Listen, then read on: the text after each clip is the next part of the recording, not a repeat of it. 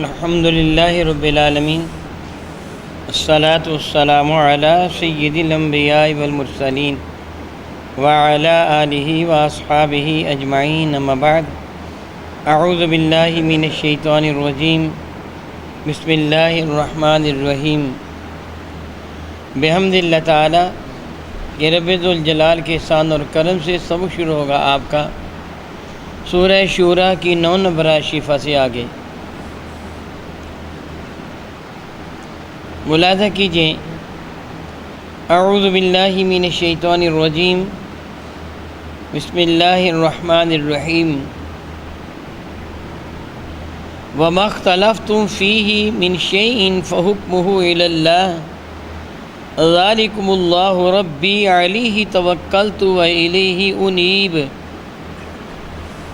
وما اختلفتم فیہ من شیء اور نہیں اختلاف تمہارے اندر کسی بھی شے میں، یعنی تمہارے اندر سارے کے سارے انسانوں اگر کسی بھی معاملہ میں کوئی بھی اختلاف رونما ہو جاتا ہے، اس کا تعلق خواہ حلال و حرام کے ساتھ ہوتا ہے یا عمل مفید و غیر مفید کے ساتھ ہوتا ہے یا کسی کے اعلیٰ اور ادنا ہونے کے اعتبار سے ہوتا ہے، تو پھر تمہاری عقل، تمہارا فہم، تمہارا شعور اس کا فیصلہ نہیں کر پاتا کہ تمہاری عقل ناپختہ ہے، تمہارا شعور ابھی ایسا نہیں ہے کہ جو تمام حقائق کا احاطہ کر سکے، پھر تم اپنی عقل نارسا کے پیچھے نہ چلو، محض ڈسکولے نہ چلاؤ، بلکہ کیا کرو؟ فحکمہ الی اللہ، تو اس کا فیصلہ رب کائنات پر چھوڑو۔ دیکھو رب کا حکم کیا ہے، اللہ کے نبی کا حکم کیا ہے۔ کسی بھی معاملہ میں جب تمہارے اندر اختلاف پیدا ہو جائے، بات اعلیٰ ترین یہ ہوتی ہے کہ اس اختلاف کو ایسی ذات پر پیش کیا جائے جو ہر اعتبار سے مکمل و اکمل ذات ہو، جس کے فیصلہ میں کوئی کجی یا کوتاہی نہ ہو، جس کا حکم ہر حال میں نافذ ہو کے رہتا ہو، پھر اپنے معاملات کو اس کے سپرد کر دینا چاہیے۔ فرماتا ہے وَمَا اخْتَلَفْتُمْ فِيهِ مِنْ شَيْءٍ فَحُكْمُهُ إِلَى اللَّهِ، تو جس بھی بات پہ تمہارے درمیان اختلاف رونما ہو جائے تو اس کا فیصلہ اللہ تعالیٰ کے دست قدرت میں ہے۔ تم وہ چیز کو قرآن و حدیث پر پیش کرو۔ دیکھو اس معاملہ میں اللہ کا حکم کیا ہے، اللہ کے نبی کا حکم کیا ہے۔ ذالکم اللہ ربی، یہ ہے اللہ تعالیٰ جل وعلا جو میرا پالنے والا ہے، جو میرا پروردگار ہے، جو ہر عیب سے منزہ ہے، مبرہ ہے، جس کی ذات سبحان ہے، جس کا ہر فیصلہ مکمل، اکمل اور اعلیٰ ترین فیصلہ ہے۔ علیہ توکلت، اور پھر میرا بھروسہ بھی اسی رب کائنات پر ہے کہ جو مالک و خالق ہے، بھروسہ بھی اسی پر ہے۔ وَإِلَيْهِ أُنِيبُ، اور میں اپنے تمام تر معاملات میں اسی کی جانب رجوع کرتا ہوں۔ حق بھی یہی ہے کہ ایک بندگی کا تقاضا یہی ہے کہ بندہ اپنے تمام تر معاملات میں اپنے خالق، اپنے مالک، اپنی الہ حقیقی کی جانب رجوع کرے۔ میرے نبی سے بڑھ کر میرے رب کا فرما بردار اور کون ہو سکتا ہے؟ بندگی کے اعتبار سے میرے نبی سے بڑھ کر رب کائنات کا بندہ اور عبادت گزار اور کون ہو سکتا ہے؟ فرماتے میرا بھروسہ ہر لمحہ، ہر لحظہ، ہر اعتبار سے اسی ذات بابرکات پر ہے، اور میں رجوع بھی اسی کی طرف کرتا ہوں۔ فاطر السماوات والارض، میرا اللہ اپنی قدرتوں کے اعتبار سے کتنا قادر ہے، کتنی طاقت والا ہے، کتنی قوت والا ہے۔ فاطر السماوات والارض، وہ پیدا کرنے والا ہے آسمانوں کا بھی اور زمینوں کا بھی پیدا کرنے والا ہے۔ تمام مخلوق کا وہی خالق ہے، وہی مالک ہے۔ جعل لکم من انفسکم ازواجا، میرے اس اللہ نے جو میرا پروردگار ہے، جس پر میرا بھروسہ ہے، جس کی جانب میں رجوع کرتا ہوں، جو میرا ملجا و ماوا ہے، جس کی جانب میری تمام تر توجہ مرکوز ہوتی ہے، وہ ذات بابرکات زمین و آسمان کا تخلیق کرنے والا بھی ہے۔ جعل لکم من انفسکم ازواجا، اسی رب ذوالجلال نے تمہارے نفس سے، تمہاری جان سے ہی تمہاری بیوی کو پیدا فرمایا، یعنی حضرت آدم علیہ السلام سے سیدہ حوا کو رب کائنات نے الگ فرما دیا، یعنی ان کی مبارک پسلی سے حضرت سیدہ حوا کو پیدا فرمایا، تاکہ ایک جنس کا دوسرے جنس کے ساتھ پیار اور محبت قائم رہے۔ یاد رکھیے، آج بھی جو ماں باپ اپنی اولاد سے پیار کرتے ہیں اس کا سبب وہی جینز ہوتے ہیں جو والدین سے اولاد کی جانب منتقل ہوتے ہیں۔ اولاد والدین کے جسم کا جزو ہوتی ہے، حصہ ہوتی ہے۔ یہی سبب ہے کہ شکل و صورت کے اعتبار سے بچہ اپنے والدین کے مشابہ ہوتا ہے، ان سے مشابہت رکھتے ہیں، ان کے جسم کا حصہ ہوتا ہے۔ حضرت آدم علیہ السلام سے سیدہ حوا کو رب کائنات نے اپنی قدرت کاملہ کے ساتھ تخلیق فرمایا کہ آپ پر نیند کو مسلط فرمایا، پھر آپ کے پہلو سے حضرت سیدہ حوا کو پیدا فرمایا۔ پھر اس کا فائدہ کیا ہوا؟ نہایت ہر درجہ ایک دوسرے کی محبت دل میں پیدا ہو گئی۔ گویا ایک جسم کے دو حصے، یک جان دو قالب جو جملہ کہا جاتا ہے، ظاہراً دو قالب ہیں، الگ الگ بدن ہیں، لیکن جان ایک ہے۔ گویا آدم و حوا حقیقت میں ایک تھے، جن کو دو کیا گیا۔ یہ رب کائنات کا بہت بڑا احسان ہے۔ اگر ایسے نہ ہوتا تو ہمارے درمیان جو محبتیں ہیں، جو پیار ہیں، جو عقیدت ہے، جو ایک دوسرے کے ساتھ رکھ رکھاؤ ہے، یہ کبھی بھی پیدا نہ ہوتا۔ گویا یہ بھی رب کائنات کا بہت بڑا احسان ہے، بہت بڑی نعمت ہے۔ فرماتے ہیں وَمِنْ أَنفُسِكُمْ وَمِنَ الْأَنْعَامِ، فرماتے ہیں من انفسکم، تمہاری جانوں سے ازواجن جوڑا بنایا، وَمِنَ الْأَنْعَامِ اور چوپایوں سے بھی ازواجن رب کائنات نے نر و مادہ پیدا فرما دیے، اس لیے تاکہ ان کی نسل میں بھی اضافہ ہوتا چلا جائے۔ اور نسل میں اضافے کا طریقہ خود خالق کائنات نے سب کو بتا دیا، کسی کو پوچھنے یا کسی کی تربیت کرنے کی ضرورت نہیں ہے۔ انسانی نسل بھی بڑھ رہی ہے، اس کی خدمت کے لیے، اس کی نوکری کے لیے رب کائنات جانوروں کی نسل بھی بڑھا رہا ہے۔ خود سوچئے، روزانہ ایک انسان کے کام و دہن کی لذت کے لیے، اس کی خوراک، اس کے پیٹ کے دوزخ کو بھرنے کے لیے معلوم نہیں لاکھوں کے کروڑوں جانوں کی روزانہ قربانی ہوتی ہے۔ کتنے جانور ذبح کیے جاتے ہیں، پرندوں کی شکل میں، چوپایوں کی شکل میں، مچھلیوں کی، پانی کے جانوروں کی شکل میں، کتنے جانور روزانہ اس کی خاطر قربان کیے جاتے ہیں۔ اگر رب کائنات جل وعلا ان میں نر و مادہ پیدا نہ فرماتا، وہ یوں نہ پڑھتے تو تمہارے لیے غذا کی شدید قلت ہو جاتی، تم بھوکے مر جاتے۔ گویا ان کا بڑھنا بھی تمہارے لیے رب کائنات کی بہت بڑی نعمت ہے، بہت بڑا انعام ہے۔ فرماتے هو الذی خلق لکم ما فی الارض جمیعا، اللہ وہ ذات بابرکات ہے کہ زمین کے اندر جو کچھ ہے سب کچھ نے تمہاری خاطر پیدا فرمایا ہے، تمہارے لیے پیدا فرمایا ہے۔ سبحان اللہ تعالی و بحمدہ متی یذرؤکم فیہ، اور پھر اس کے ذریعے ان کی نسل کو رب کائنات جل وعلا پھیلاتا ہے، اپنی قدرت کاملہ سے پھیلاتا ہے، اپنی اس بے نیازی کے ساتھ پھیلاتا ہے۔ عقل، فہم، شعور انسان کو عطا فرماتا ہے، نئے نئے طریقے اسے بتاتا ہے، پھر انسان رب کائنات کی عطا فرمودہ عقل کو بروئے کار لاتا ہوا پھر چیزوں میں مزید اضافہ کرتا ہے۔ جس طرح آج کل برائلر بڑی تیزی کے ساتھ تیار ہوتے ہیں، کچھ بکریوں وغیرہ کے جو نئی پودتیری کے ساتھ تیار ہوتی ہے، گندم میں اضافہ ہو جانا، اناج میں اضافہ ہو جانا وغیرہ وغیرہ، یہ سب کچھ حقیقت میں کیا ہے؟ اللہ نے بندے کو عقل عطا فرمائی اور بتا دیا ایسے ایسے کر کے کر، بندے نے ویسے ویسے کیا، رب کائنات اس کے رزق میں اضافہ فرما دیا۔ حق یہ ہے لیسا کمثلہ شیء، کائنات کی کوئی بھی شے اس کی مثال رب کائنات کی جانب نہیں منسوب کی جا سکتی، اس کی مثال نہیں دی جا سکتی، نہ ذات کے اعتبار سے، نہ صفات کے اعتبار سے، کسی بھی اعتبار سے کوئی بھی شے رب کے مثال نہیں ہو سکتی۔ مثال کچھ نہ کچھ ممثل علیہ سے مطابقت رکھتی ہے۔ آپ کہہ دیتے ہیں میرا بیٹا شیر کی مانند ہے، یہ جملہ غلط نہیں ہے۔ سیدنا علی مرزا کو، حضرت حمزہ کو شیر خدا کہا گیا۔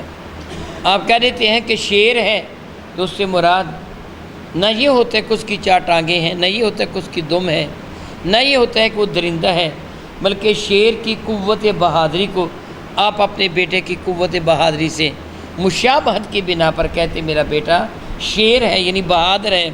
تو کوئی نہ کوئی تو صفت ملتی ہے نا، جب مثال ممثل علیہ سے دی جاتی ہے تو کوئی نہ کوئی صفت ذات کے اعتبار سے ملتی ہے یا صفت کے اعتبار سے ملتی ہے، لیکن رب کریم ذات ہے، کہ نہ ذاتی طور پر اس کی مثال ہو سکتا ہے، نہ صفاتی اعتبار سے مثال ہو سکتا ہے، ہر اعتبار سے وہ بے مثال ہے۔ وہ السمیع البصیر، وہ سننے والا بھی ہے اور ملاحظہ فرمانے والا بھی ہے۔ اور پھر اس کے اختیارات کا تذکرہ، سبحان اللہ، خود خالق کائنات اپنے اختیارات کا تذکرہ کتنے احسن پیرائی میں فرما رہا ہے لہو مقالید السماوات والارض، یاد رکھیے زمین و آسمان کی ساری کنجیاں اسی کے دست قدرت میں ہیں۔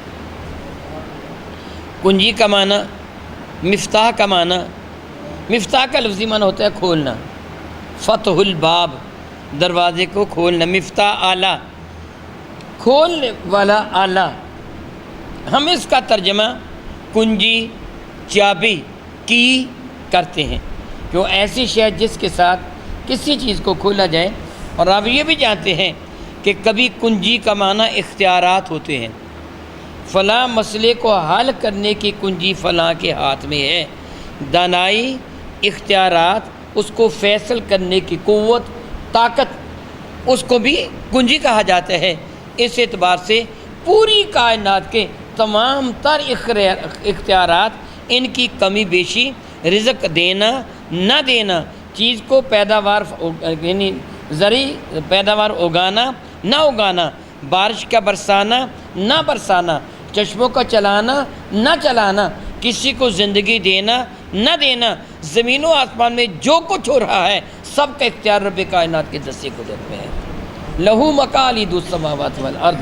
کبھی انسان اپنی بے وقوفی کی بنا پہ یہ خیال کرتے ہیں، ناجائز کام کرتے ہیں، کبھی کسی پہ ظلم کرتے ہیں، کبھی حرام کمائی کرتے ہیں، کبھی رشوت لیتے ہیں، کبھی سود لیتے ہیں، کبھی چور بازاری کرتے ہیں، کبھی وہ بیوروکریٹوں یا سیاستدانوں کی وہ چاپلوسی کرتے ہیں، ان کے جرم میں ساتھ ان کے شامل ہو جاتے ہیں۔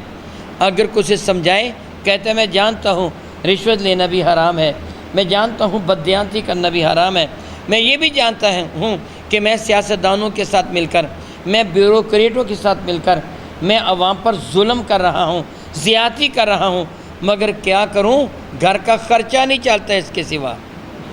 کہتا کیا کروں، مجبوراً ایسے کرنا پڑتا ہے، گھر کا خرچہ نہیں چلتا۔ رب کائنات فرماتا ہو عقل کے اندھے سب کو تو میرے دست قدرت میں ہے۔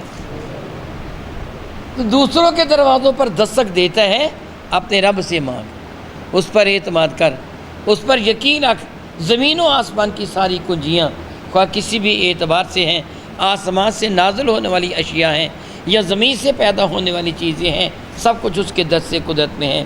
لہو مقالید السماوات والارض، اسی کے دست قدرت میں ہے مقالید، کنجیاں، مفتاح آسمانوں کی اور زمین کی بھی۔ یبسط الرزق لمن یشاء ویقدر، جب مالک کی وہ ہے تو پھر جس کے لیے چاہے رزق کو وسیع کر دیتا ہے، جس کے لیے چاہے تنگ کر دیتا ہے۔ یہاں اپنی عقل، اپنے فہم، اپنے شعور کو کوئی عمل دخل نہیں ہے۔ اگر عقل کی بنا پر رزق ملنا ہوتا تو کم عقل والے بھوکے مر جاتے، اگر علم کی بنا پر رزق کا ملنا ہوتا تو جاہل بیچارے بھوکے مر جاتے۔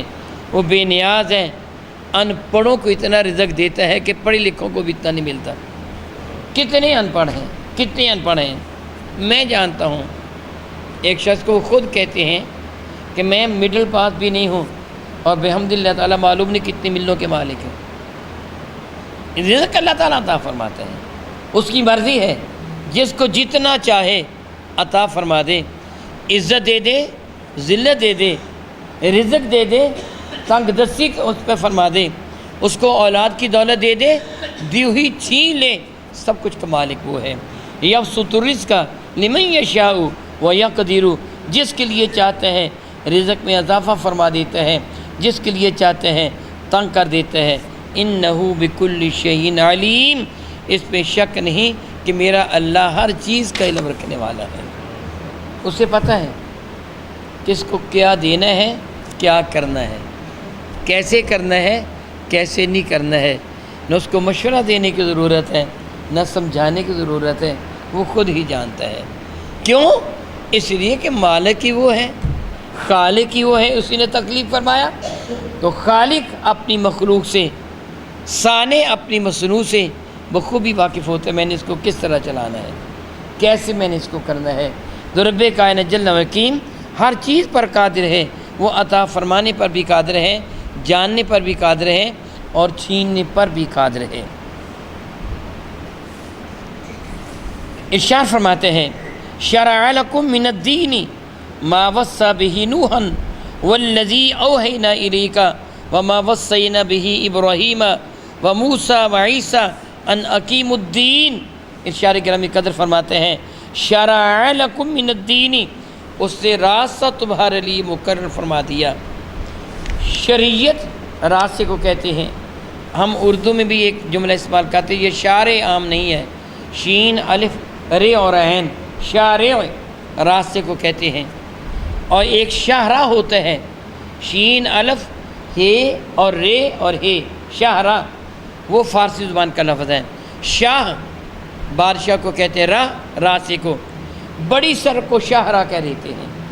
عربی میں شارع شین الف رے اور عین، راستہ جس پہ چلا جائے، اور شارع شریعت والے کو بھی کہا جاتا ہے، جس طرح ہم اپنے کریم آقا کو فرماتے ہیں شارع علیہ السلام، جو صاحب شریعت ہیں، جو راستے پہ چلانے والے ہیں۔ شریعت وہ راہ، وہ اصول، وہ قانون، وہ ضابطہ، وہ طریقہ کہ جس پر انسان چل کر اپنی منزل مقصود یعنی اللہ تعالیٰ تک پہنچتا ہے۔ ارشاد فرماتے ہیں شرع لکم من الدین، اور تمہارے لیے دین میں رب کائنات نے وہ طریقہ، وہ اصول، وہ قاعدہ، وہ ضابطہ، وہ راستہ، وہ طریقہ عطا فرمایا۔ ما وصى به نوحا، وہی کہ جس کا حکم نوح علیہ السلام کو دیا گیا تھا۔ والذی اوحینا الیک، اور یا رسول اللہ علیہ السلام وہ جو آپ کی جانب ہم نے وہی فرمایا۔ وما وصینا، یہ وہی دین ہے کہ جس بہ ابراہیم، جس کی وصیت ہم نے تاکیدی حکم ہم نے ابراہیم علیہ السلام کو دیا تھا، وموسیٰ وعیسیٰ، اور حضرت موسیٰ کو دیا تھا اور حضرت عیسیٰ کو دیا تھا، کہ ان اقیم الدین، کہ دین کو ہمیشہ ہمیشہ اسی انداز سے قائم رکھنا۔ یاد رکھیے یہ دو صورتیں ہوتی ہیں، ایک دین ہے اور ایک مذہب ہے، ایک ایمان ہے اور ایک اسلام ہے۔ دین وہ اصول اور قاعدہ جو رب کائنات جل وعلا کی جانب سے عطا فرمایا گیا ہے، جس میں سر منہ انحراف کی اجازت نہیں ہے۔ وہ اصول قاعدہ جو رب کائنات جل وعلا کی جانب سے بنیادی طور پر عطا فرمایا گیا، جس میں ایک بال کے سر کے برابر بھی کمی بیشی کی گنجائش نہیں ہے۔ سارے نبیوں کا دین ایک ہے۔ مذہب لفظی معنی ہوتا ہے ظرف مکان، چلنے کا، ذاہب، انا ذاہب الی السوق، میں بازار کی طرف جانے والا ہوں۔ مذہب چلنے کا راستہ۔ آپ پوچھتے ہمارا مذہب کیا ہے؟ ہمارا مذہب اسلام ہے، دین بھی ہمارا اسلامی ہم کہتے ہیں۔ اور دین کیا ہے؟ سارے انبیاء کا دین ایک ہے، حضرت آدم سے لے کے میرے نبی تک، اور اس دین میں وہ چیزیں آتی ہیں جو بنیاد ہیں۔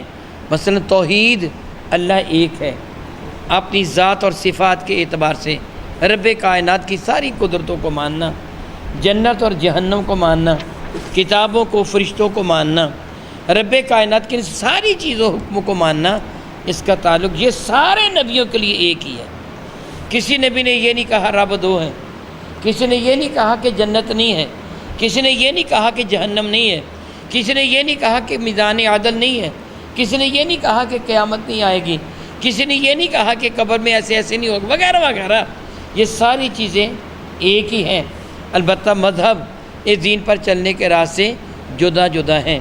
جس طرح نماز میں یہ نماز کا فرض ہونا دین کا حصہ ہے، کیا بلا نماز کا فرض ہونا دین کا حصہ ہے، اس کی ادائیگی مذہب ہے۔ امام اعظم کے مذہب کے مطابق کیسے تم ادا کرتے ہو، امام شافعی کے مذہب کے مطابق کیسے تم ادا کرتے ہو، امام مالک کے مذہب کے مطابق کیسے ادا کرتے ہو، امام احمد بن حنبل کے مذہب کے مطابق کیسے ادا کرتے ہو، سارے کے سارے ادائیگی کے طریقے میرے نبی سے منقول ہیں۔ لیکن کوئی بھی امام نہیں کہے گا کہ نمازیں 3 ہیں، 2 ہیں یا 1 ہے، سارے کہیں گے نمازیں 5 ہی۔ کوئی نہیں کہے گا نماز میں رکوع نہیں کرنا ہے، نماز میں 2 کی بجائے 3 سجدے کرنے ہیں، سب کہیں گے سجدے بھی اتنے جتنے نبی نے بتا دیے، رکوع بھی اتنے جتنے نبی نے بتا دیے، چلنے کا راستہ اپنا اپنا ہے، لیکن سب کی منزل کی انتہا میرے نبی کا دربار ہے۔ اور پھر میں نبی کے حوالہ سے بارگاہ رب العزت میں حاضر ہوں۔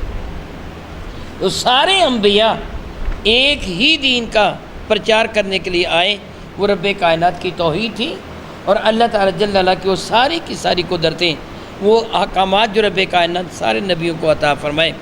ہر نبی کی عبادت کا طریقہ اپنا اپنا ہے۔ جس طرح آدم علیہ السلام کے زمانہ میں بیٹے بیٹی کی شادی، بعد میں یہ منسوخ، اسی طرح کئی اعمال کا حکم بعد میں منسوخ۔ بنی اسرائیل پر کتنے اعمال نافذ ہوئے، کتنے منسوخ ہوئے، ہمارے لیے نمازیں کتنی تھی، پھر کتنی رہ گئی، روزے کا طریقہ کیسا تھا، پھر کیسا ہو گیا، پہلے صرف کلمہ طیبہ تھا، پھر نماز بھی آ گئی، مدینہ طیبہ میں زکوٰۃ بھی آ گئی، روزے بھی آ گئے، آخر میں حج بھی آ گیا۔ یہ سارے کے سارے اعمال چلنے کے طریقے جدا جدا ہیں، مگر سارے نبیوں کا دین ایک ہے کہ جو توحید اور رسالت وغیرہ پر مشتمل ہے، جو میں پہلے بتا چکا ہوں کہ قیامت پر یقین رکھنا، اللہ تعالیٰ کے فرشتوں پر یقین رکھنا، اللہ تعالیٰ کی ذات و صفات کو واجب الوجوب ماننا، یقین رکھنا، یہ ساری چیزیں دین سے تعلق رکھتی ہیں۔ اسی دین کے وہ داعی بن کے آئے تھے حضرت نوح علیہ السلام، اور میرے نبی بھی اسی دین کے داعی تھے، ابراہیم و موسیٰ عیسیٰ بھی، اور ان کو یہی حکم تھا اسی دین پہ قائم رہنا ہے، وَأَقِیمُوا الدِّینَ، اسی دین پہ قائم رکھنا ہے، وَلَا تَفَرَّقُوا فِیہِ، اور خبردار خبردار ہرگز ہرگز اس پہ کوئی اختلاف نہیں کرنا ہے۔ دین میں کوئی اختلاف نہیں ہے، سب کا دین ایک ہے، جو میں پہلے بتا چکا ہوں۔ کسی نبی نے یہ نہیں کہا کہ رب کو نہ مانو، جنت نہیں ہے جہنم، کسی نبی نے نہیں کہا، سب نے وہی خبر دی جو میرے نبی نے خبر دی ہے۔ فرماتا کبر علی المشرکین ما تدعوہم الیہ، یہ بات مشرکین پر بڑی گراں گزر رہی ہے کہ جن کی جانب تم ان کو بلا رہے ہو، اور جس کی جانب تم بلا رہے ہو کیا ہے؟ حضرت آدم سے لے کے آپ تک سب کا دین ایک ہی، جس کی جانب مشرکین کو بلایا جا رہا ہے کہ شرک کو چھوڑ دو، بتوں کی پرستش کو ختم کر کے خدائے واحد القہار کے حضور اپنے سر کو جھکا لو۔ فرماتے ہیں اللہ یجتبی الیہ من یشاء ویہدی الیہ من ینیب۔ اللہ کا شکر ادا کیجیے، الحمدللہ الحمدللہ الحمدللہ تعالی رب کائنات، یہ تیرے ناچیز و حقیر بندے تیرے حضور سراپا سپاس ہیں، تو نے کرم فرمایا تو خود ارشاد فرماتے ہیں اللہ یجتبی الیہ من یشاء، اللہ تعالیٰ جل اللہ جسے چاہتا ہے اپنی طرف آنے کے لیے چن لیتا ہے۔ سبحان اللہ تعالی و بحمدہ، رزق عطا فرماتا ہے، اچھوں کو بھی بروں کو بھی، عزت دے دیتا ہے، کافروں کو بھی ایمان والوں کو بھی حسن دے دیتا ہے، سب کو عطا فرما دیتا ہے، مگر اس کی عزت کی قسم ایمان کی دولت صرف اسے دیتا ہے جسے وہ خود چن لیتا ہے۔ فرماتے ہیں اللہ یجتبی الیہ من یشاء، اللہ تعالیٰ چن لیتا ہے اپنے بندوں میں سے جس کسی کو چاہتا ہے اپنے لیے چن لیتا ہے۔ آپ کو مبارک ہو، رب کائنات نے آپ کو توفیق عطا فرمائی، آپ کو چنا، آپ روزانہ قرآن مجید فرقان میں کا سبق پڑھتے ہیں۔ شکر ادا کیجیے اس رب کائنات کا جس سے آپ کو اس مقصد کے لیے چن لیا ہے۔ مطلب یہدی الیہ من ینیب، اور اسے اپنی جانب ہدایت دیتا ہے جو ہدایت کا طالب ہوتا ہے، جو راہ پہ چلنا چاہتا ہے اس کے لیے راہوں کو آسان فرما دیتا ہے۔